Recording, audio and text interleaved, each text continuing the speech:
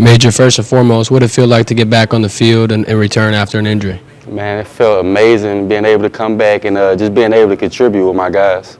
And the coaches spoke highly of you all fall camp, said, you got great communication skills, and I call you the mouthpiece of the DB room.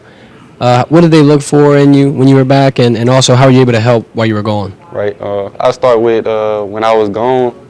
I stayed in the meeting room with the guys. Anything those guys needed, I told them I'd be there for them. I stayed in the facility. Coach BK made it a point to keep me around and just stay engaged. Coach House wanted me to stay locked in, so I was at every meeting. And just coming back, it was the same way. I stayed locked in, and I was able to not lose a step, I could say. And as an energetic person, I'm sure a big game like Saturday meant a lot, and that energy was big to feed off of. Right.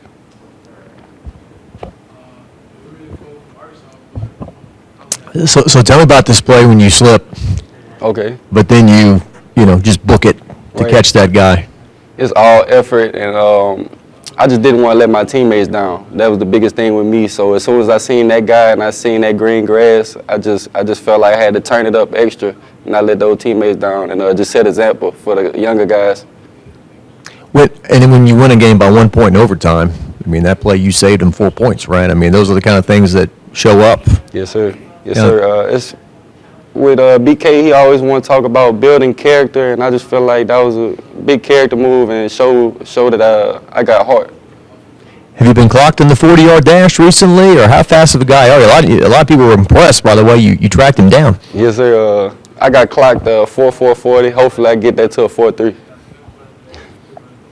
with a wink. That's full pads too, or what? Full pads, I'll probably get you a 4.4. Holding Alabama to 9 points was their fewest points total through 3 quarters. What's that like, having that under your belt in a big moment of your college career? Man, it was amazing. Everybody got off that bus with intentions to go out there. We were locked in. Between drives, everybody was able to go back to the bench and talk to their coach, lock in the huddles, in the commercial breaks, we were all locked in, and it was amazing. And describe the importance of togetherness and the chemistry and how this team has grown as a family. Right. I would say just since week 1, man, we've all just bought into the process. Everybody come together, and we all believe in each other. That's the biggest difference. You guys come off that huge win.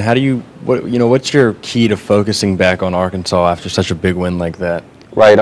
We don't want to get distracted at all. So Coach BK made it a key factor, key point to come in here. Let's lock in.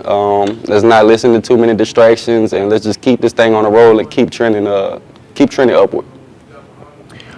What tone does Coach Kelly set in terms of keeping your feet on the ground now and moving on to the next opponent after such an emotional, spectacle this past week? Right. Coach BK, he told us, he's been telling us the same phrase every day this whole year, and I think it's growing all of us, and it's what's important now.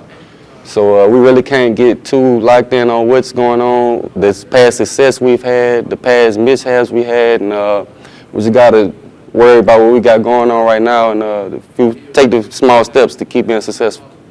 Sometimes in the past, when LSU's gone to Arkansas and it's cold, there's guys with coats on standing by the heater, and we don't want to be here type vibe, but your coach seems pretty confident that you're going to handle the cold well and it won't be a factor. You feel that way? Yes, sir, definitely. I go back to January. We all had outside strength and conditioning work, and we all knew that we have a cold game coming up, and it's just crazy how months pass, that cold day is coming up, so I feel like we trained ready for it. Talk about your injury. It was a neck. You had that's a serious area. How concerned and scared were you? And then what was it like waiting the weeks to get back? And what was your mindset through that whole thing? With my injury, it was very disappointing with me. Like everyone know, I was expecting to have a big year this year, but I kept my faith, and just being able to come in here every day and see my teammates' smiling face, and my teammates supported me throughout the whole way. So that was a great thing, and I went back and was able to talk to the training room, and they said that they would get me back this year, and I just believed in them, and we took the small steps and took took the small steps every day to get back, and we able to get me back on the field. So shout out LSU training staff. Fauché and Brooks, you got any kind of sense of how they're treating this game going up against their former team? Definitely. For Fauché and Brooks, those guys, they come in here with a grind mindset every day. Those guys, they won't let up at all. I'm pretty sure this game means a lot to him, to Fauché and Brooks, but they have came in today and practiced great. In fall camp, the coaches all talked about your communication skills. That he's a great communicator, and what goes into that? I mean, do you have to? You can't be shy. Hey, I got to speak up. I mean, what goes into kind of lining everybody up? Right. I'll just go back to high school. I played a little quarterback at high school, and I was always told that the safety shit has to be the quarterback of the defense, and I take that with very high responsibility, and I just want to make sure that I can get everybody lined up, everybody do their job while I do my job, because I feel like if somebody isn't in the right place pre-snap or something like that, then that should be on the safety, because we can see everything. Matt House has led y'all to some successful second-half comebacks. What's it like to be in that locker room, hear those adjustments, and how are you able to regroup so quickly? Right.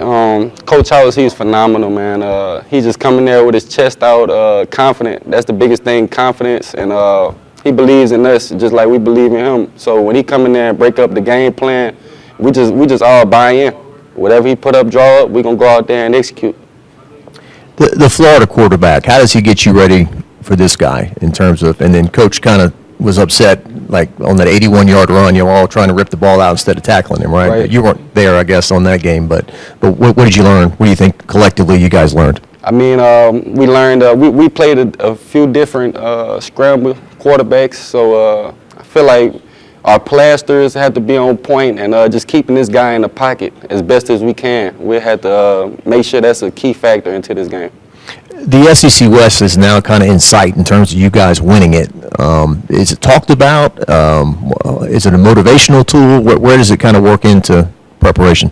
We don't try to look at it we don't try to look at it as far as like a big focus right now, because we got 3 more games, and Arkansas and Texas A&M are 2 very good teams, and after that we'll be able to celebrate.